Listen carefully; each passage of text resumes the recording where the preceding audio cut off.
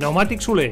Reparació i venda de pneumàtics, equilibrats, alineats i mecànica ràpida, canvis d'oli i revisions. Ara també servei per a motocicletes, situats a la plaça Esport sense número de Sant Andreu de la Barca, al costat del poliesportiu 11 de setembre. Qualitat i servei per una conducció segura.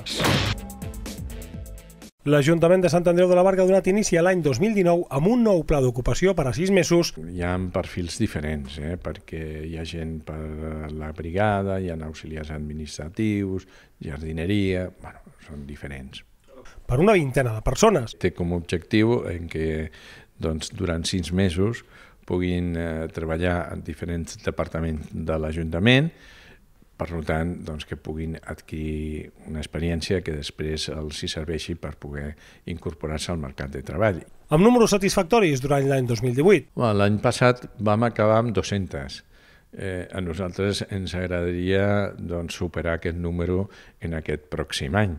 Jo espero que ho puguem fer. Segons l'alcalde Enric Llorca, el desig de l'Ajuntament seria...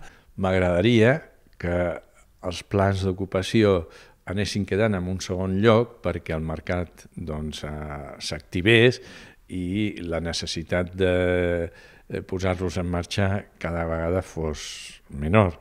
Però no perquè nosaltres no els posem, sinó perquè les necessitats de la societat, en aquest sentit, vagin disminuint i, per tant, cada vegada vagin sent menys necessaris. La benvinguda a aquest pla d'ocupació a la vintena de persones l'ha donat el mateix alcalde de Sant Andreu, Enric Llorca.